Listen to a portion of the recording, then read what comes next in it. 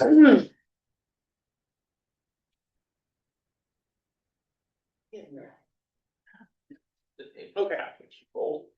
Thank you to everyone for attending tonight's meeting of the San Bruno Community Foundation's Board of Directors. We are in person at the San Bruno Recreation and Aquatic Center. We welcome members of the public who are attending via Zoom. We appreciate your patience if we have any technical hiccups. We ask speakers to speak loudly and clearly so that the OWL camera can pick you up and that our online guests, as well as everyone in the room, can hear you well. A couple of technical items before we get to the content of tonight's meeting. Please know that we want to hear from you. Members of the public who are here at the Recreation and Aquatic Center in person, if you would like to speak during public comment for items within the jurisdiction of the board that are not on the agenda or on any of the agendized items, please fill out one of the speaker cards that is at the table near the door. If you are attending on Zoom and you would like to address the board during public comment for items not on the agenda or on any of the agendized items, please use the raise your hand button at the bottom of your Zoom screen. Once you raise your hand, the executive director will see that someone wants to talk and she will let me know that you are waiting. When it is your turn to speak, the executive director will call your name and unmute you. If you are joining us by telephone, you may also address the board during public comment by pressing *9, and the executive director will address you and unmute you. Speakers will be given 3 minutes to address the board. Please note that individuals may only speak once per agenda item. We did not receive any. No comments. Okay, all board members have received copies and have been available to the public. Yes, okay, so let's begin. Item number 1, call meeting to order. I now call the regular meeting of the San Bruno Community Foundation Board of Directors of May 6, 2026. Wow, it's 2026. To order. Item number 2, I'll turn it over to Secretary Gomez for roll call. Thank you, President Melissa and Tony Jones. Board member Supriya Perry. Sorry. Board member Jessica Inglima. Here. Board member Larry Franzella. Here. Treasurer Belinda Wong. Here. Secretary Raul Gomez is present. Vice President Jim Rowing. Here. President Melissa Natani Jones. Here. All accounted for. Thank you. Moving on to item number 3, public comment. Would any members of the public like to address the board on a topic that is within the jurisdiction of the board but not on the agenda? For those on Zoom, please indicate so by using the raise hand button at the bottom of your screen. There are no hands raised online. Okay, if there are no hands, we will move on to the next part. Item number 4, approval of minutes. Again, over to you, Secretary Gomez. President Melissa Natani Jones. In your meeting packet tonight are meeting minutes from our regular board meeting. Do any board members have any questions? Thank you. Melissa, I'll hand it back to you. Thank you. If there are no questions or comments from the board, are there any questions or comments from anyone in the public? No hands are raised. Okay, may I please have a motion to approve the minutes? So moved. Second. Okay, great. Back to you, Secretary Gomez, for roll call vote. Thank you. Board member Supriya Perry. Aye. Board member Jessica Inglima. Aye. Board member Larry Franzella. Aye. Treasurer Belinda Wong. Aye. Secretary Raul Gomez is an aye. Vice President Jim Rowing. Aye. Melissa Natani Jones. Aye. All ayes. Thank you. Over to item number 5, Executive Director's report. I'll turn it over to you, Leslie. Great to see all of you tonight. Hopefully you didn't have too much trouble finding parking. The good thing about that is it means this building is got a lot of people coming and going, and a lot of activity in the park. So that's a good thing for the city. In your packets is my written report. I just wanted to highlight a few of the items. On the insurance policy renewals, our commercial general liability, property, cyber liability, and non-owned hired auto liability insurance policies with Philadelphia. Our workers' compensation insurance policy with the Hartford, and our D&O liability insurance with Travelers all renewed on March 21st. So those are all taken care of. In addition, we just executed a new crime insurance policy. That one we originally had gotten a couple months after the other policies, so it was on a slightly different timetable. Our insurance broker suggested that since we were gonna go out for new bids anyway, to try to line them all up just for administrative use, to have them all, on the same timetable. So, we changed companies to Philadelphia, from Travelers. It was substantially lower. They really wanted our business, so it's, $13.88 versus $6,024 for the same coverage. Yeah. So substantially lower. And then we were able to line up the policies, so it started on March 21st. Our previous policy with Travelers, we terminated early on March 21st, and we'll be getting a small refund as a result of the 2 months early that we cut off.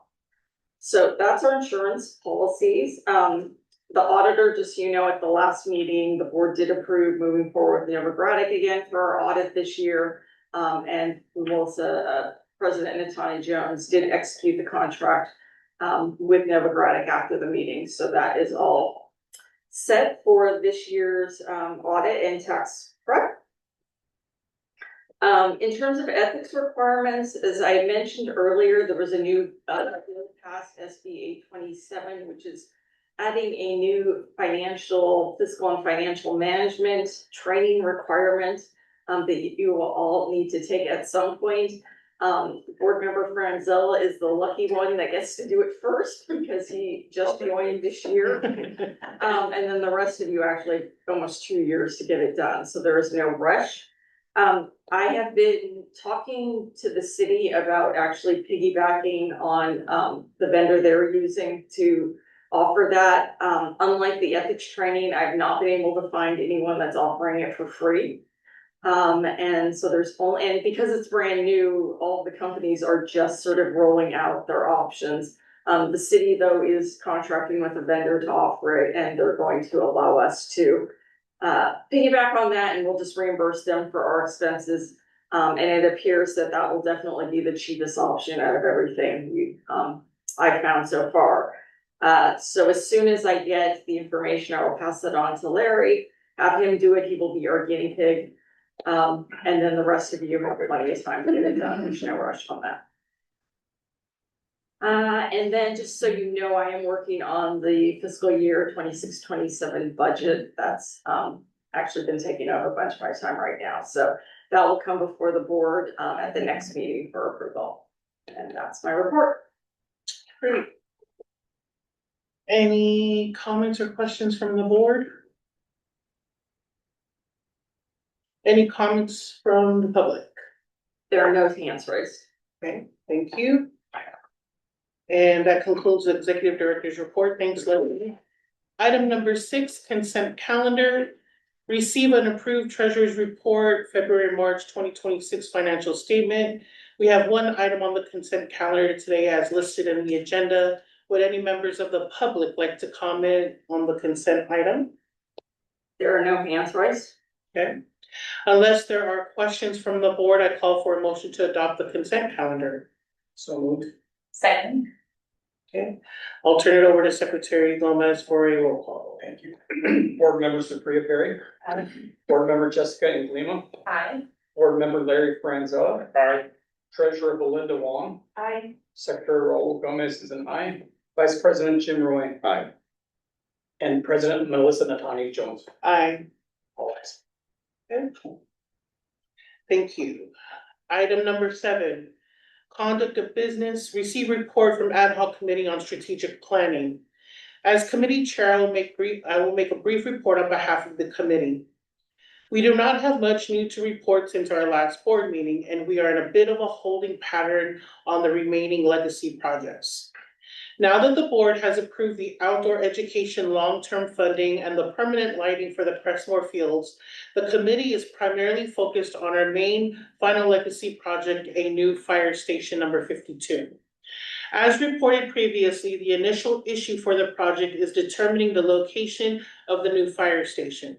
The city has been in discussion with Caltrans to obtain its preferred site for the new fire station at the corner of Skyline Boulevard and San Bruno Avenue. Progress on the potential land acquisition continues to be slow. With the appointment of the new San Bruno Fire Chief, Michael Koo, in late March, the committee is hopeful that the city's discussions with Caltrans will move forward. As reported in March, the foundation may also receive a new request from the city for legacy project funding for renovations for the San Bruno Senior Center. The city council will need to decide on the scope of the renovation it wants to tackle at this time and how the city will pay for them. The city has yet to request any funds from the foundation for this project. Are there any questions or comments from the public? There are no hands raised. Okay. Any questions, comments from the board? Yeah.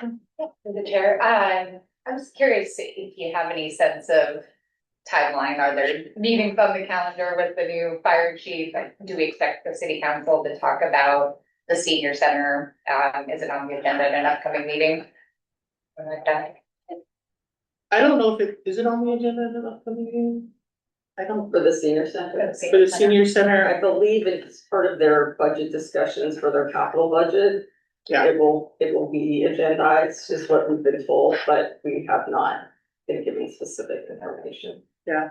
And we do plan on meeting with the fire chief, very soon, just to discuss what's already been in the pipeline regarding Station 52, but in terms of the general process, that is really up to the city and it's, still at a very slow pace. Any other questions? Okay, unless there are no further comments from the board, that concludes that report from the ad hoc committee on strategic planning. Item B is to receive a report on programs. So I'll turn it over to you, Leslie, for that report. Yeah. Okay, just a few updates on our active programs since the last meeting. So outdoor ed long-term funding. As you know, at the last meeting, we approved long-term funding for the San Bruno Park School District's outdoor education program, with two different components to the funding. So the first component was the set aside of $2 million in our quasi endowment earmarked for the outdoor education program. I worked with Treasurer Wong and Sandhill to make that transfer in March. We actually had a bit of a discussion about the timing of that. And typically when the board makes a decision, we just move forward. That was right after the beginning of the military conflict in Iran. And there was some market volatility. Ultimately, in consultation with Sandhill, we decided that we should just move forward with our normal procedure. So that took place on March 12th. There has been some market volatility since then, and you'll see in the March financials that actually the quasi endowment did dip a little bit below 2 million at the end of March, but it has since rebounded. When I looked today, it was at 2.14 million. So it's doing fine at this point. The second component was executing a grant agreement with the San Bruno Education Foundation for an amount not to exceed $160,000 to support the outdoor education program for fifth graders in the San Bruno Park School District for this current school year and next school year. We executed that by the end of March, and in mid-April, I delivered to the Education Foundation the first grant payment of $60,000 for the current school year. The Education Foundation will submit an interim grant report on the use of the first year's grant payments by July 31st. And then the second and final grant payment for the next school year of $100,000 will go out in September. And as you know, the school district board is very grateful for this long-term funding commitment and has invited our board to attend their upcoming board meeting on May 13th. And some of us will be going to that so that they can thank us in person. So that's on the outdoor ed long-term funding. In terms of the Crestmore Fields project, Not a lot of news or forward progress, to be honest, on that one. The city is still negotiating the final details of its improvement agreement with Toll Brothers, the contractor. The issues and delay appear to be primarily on the Toll Brothers side. And the city is working as diligently as it can to push things forward, but there are still several sticking points in the contract. It sounds like whoever approved the original agreement that went before the city council wasn't the final decision maker.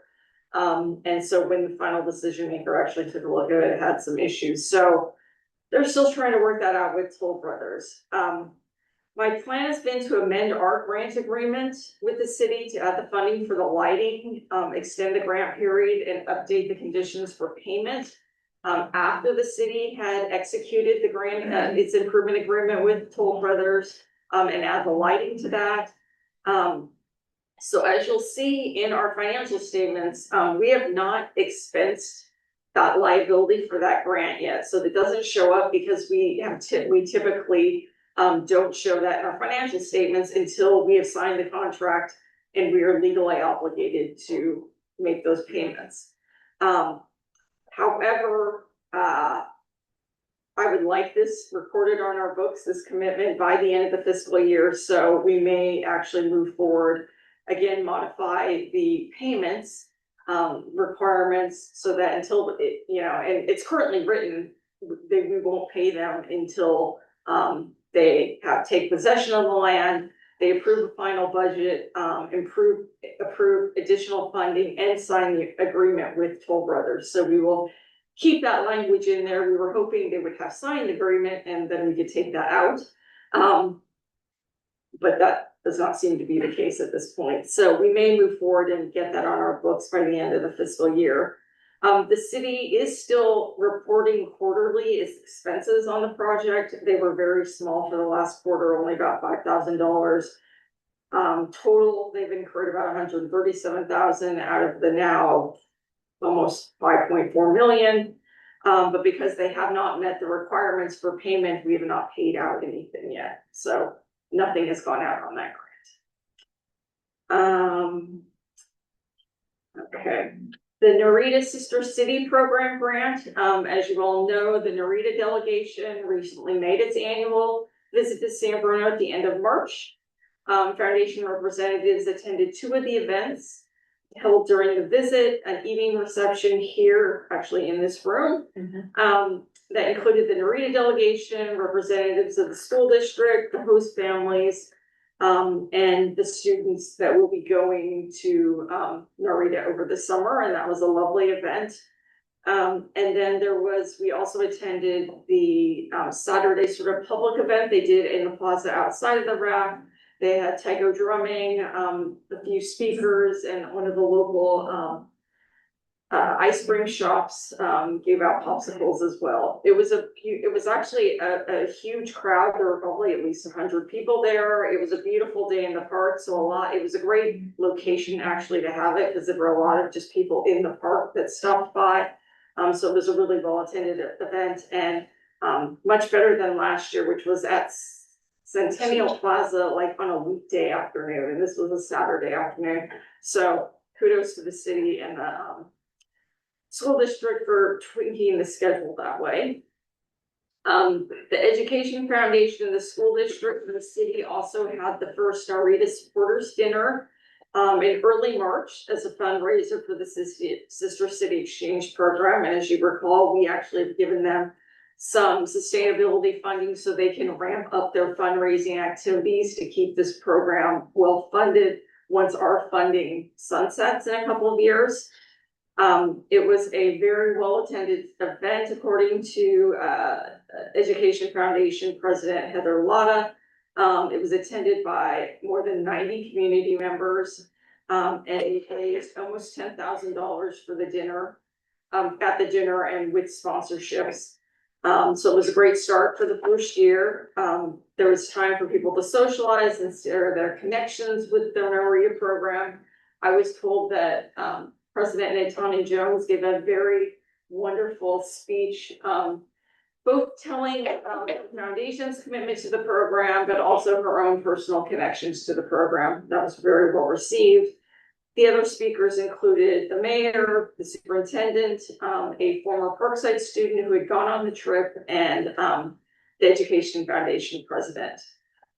They asked dinner attendees feedback cards and gave people the opportunity to volunteer, and they have I think they've had almost 10 people express interest in they're hoping to form sort of a sister city committee that will lead these efforts going forward.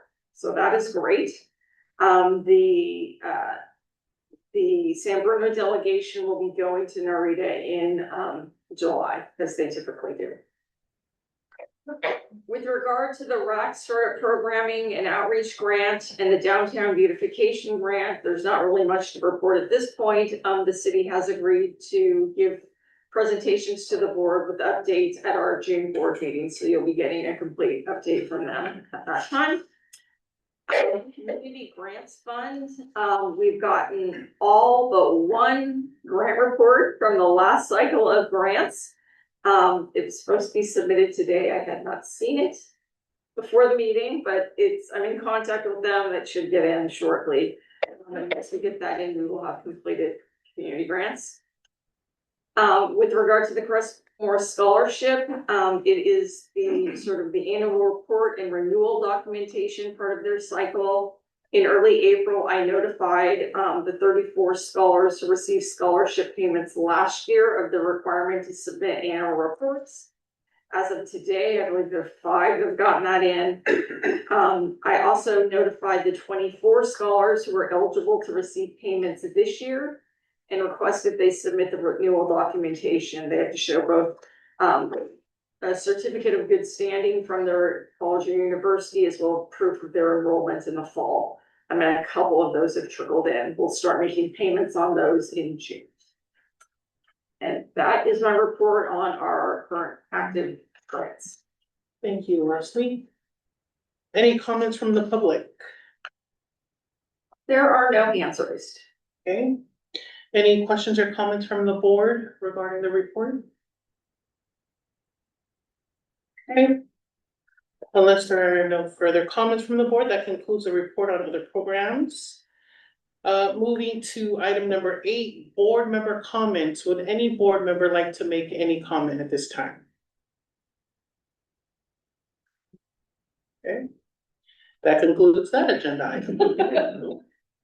Items number 9 and 10 are closed sessions. The next 2 agenda items will take place in closed session. The first item is to conclude the public employee performance evaluation pursuant to Government Code Section 54957 for the executive director. The second is a conference with labor negotiations pursuant to Government Code Section 54957.6. This item is to discuss any adjustments to the executive director's compensation. The agency designated representative is myself, Board President Melissa Netane Jones, and underrepresented employee is the executive director. Before we go into closed session, would any members of the public like to address the board on agenda items 9 and 10? There are no hands raised. Okay. We will now go into closed session. We will adjourn the meeting after the closed session items and will not be returning to public meeting. Our next regular meeting is scheduled for Wednesday, June 3rd, 2026 at 7 p.m. Thank you and thank you.